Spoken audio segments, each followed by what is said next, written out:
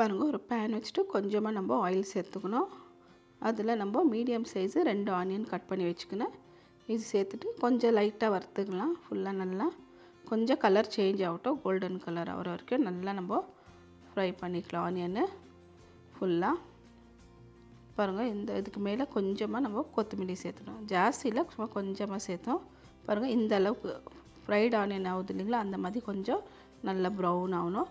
இந்த அளவுக்கு நம்ம ஃப்ரை பண்ணிட்டோம். இதுக்கு மேலே 1 டீஸ்பூன் ஜிஞ்சர் கார்லிக் பேஸ்ட் சேர்த்துட்டு நல்லா மிக்ஸ் பண்ணிக்கலாம். பச்சை வாசனை போகிற வரைக்கும் நல்லா கொஞ்சம் ஃப்ரை பண்ணிக்கலாம். இதுக்கு மேலே 1/4 teaspoon turmeric powder, Kashmiri chilli powder ஒரு 2 டீஸ்பூன் சேர்த்துக்கிறோம். அதுக்கு மேலே தனியா பவுடர் ஒரு 1 டீஸ்பூன் சேர்த்துட்டு நல்லா மிக்ஸ் பண்ணி விட்டுடலாம். ஃபுல்லாக கொஞ்சம் இது பச்சை வாசனை போகிற வரைக்கும், ஜாஸ்தி ஒரு 5 நிமிஷம் வரைக்கும் இந்த அளவுக்கு நல்லா மிக்ஸ் பண்ணி விட்டுடலாம். இதுக்கு மேலே பாருங்கள் சிக்கன் விங்ஸ் ஒரு 1 kg அளவு நம்ம வாங்கி வச்சுருக்குறோம். இது வந்து வித் ஸ்கின்னோட இது இதில் சேர்த்துக்கலாம். ஃபுல்லாக நம்ம எல்லாமே நான் சால்ட்டு டர்மரிக்கு சேர்த்துட்டு நல்லா வாஷ் பண்ணி எடுத்து வச்சுக்கினேன். ஃபுல்லாக இதில் சேர்த்துடலாம்.